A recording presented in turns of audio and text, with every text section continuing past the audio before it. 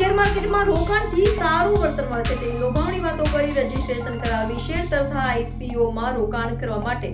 અલગ અલગ બેંક એકાઉન્ટમાંથી લાખો ટ્રાન્સફર કરાવી ઠગાઈ આચરવાના ગુનામાં પોલીસે એક આરોપીની ધરપકડ કરી છે. સુરત સાયબર ક્રાઇમની ટીમે બાતમીના આધારે શેર માર્કેટમાં રોકાણ કરવાથી સારું એવું વળતર મળશે તેવી લોભામણી વાતો કરી લિંક મોકલી તેમાં રજીસ્ટ્રેશન કરાવી શેર તથા આઈપીઓમાં રોકાણ કરવા માટે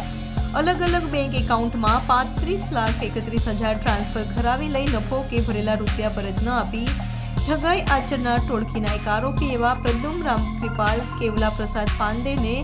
ગોડોદરા ખાતેથી ઝડપી પાડ્યો હતો. તો પ્રદ્યુમ સમકૃપાલ કેવલા પ્રસાદ પાંડેએ ઠગ પ્રતિક પ્રફુલ્લ ગોરધન વસાવાને પોતાનો એકાઉન્ટ 30,000 રૂપિયાના કમિશન પર આપ્યો હતો.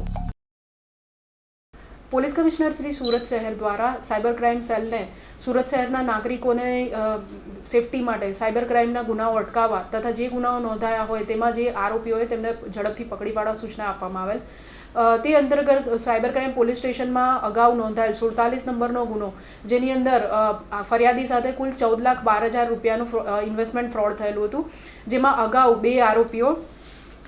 રાજ ઉર્ફે પિન્ટુ, જયરામદાસ વૈષ્ણવ તથા કમલેશ નાનાલાલ જાટ વગેરેને પકડીને તેઓની વિરુદ્ધ જરૂરી કાર્યવાહી કરવામાં આવી હતી. તે જ ગુનામાં આ લોકો સાથે વોન્ટેડ એવો વિમલભાઈ વલ્લભભાઈ શેલિયાની ધરપકડ સદર વોન્ટેડ આરોપીની ધરપકડ ગઈકાલે કરવામાં આવેલ છે. સદર આરોપીની આ ગુનામાં ભૂમિકા એ રીતની છે કે મૂળ જે ફરિયાદી છે તેની પાસે જે ખાતામાં ઇન્વેસ્ટમેન્ટ કરાવવામાં આવ્યું હતું એમાં જે એકાઉન્ટ વપરાયું જેમાં રાજ અને અગાઉનો આરોપીએ કમિશન પેટે એકાઉન્ટ ભાડે લીધું હતું તેમાં આરોપીએ પણ એ જ રીતના કમિશન લઈને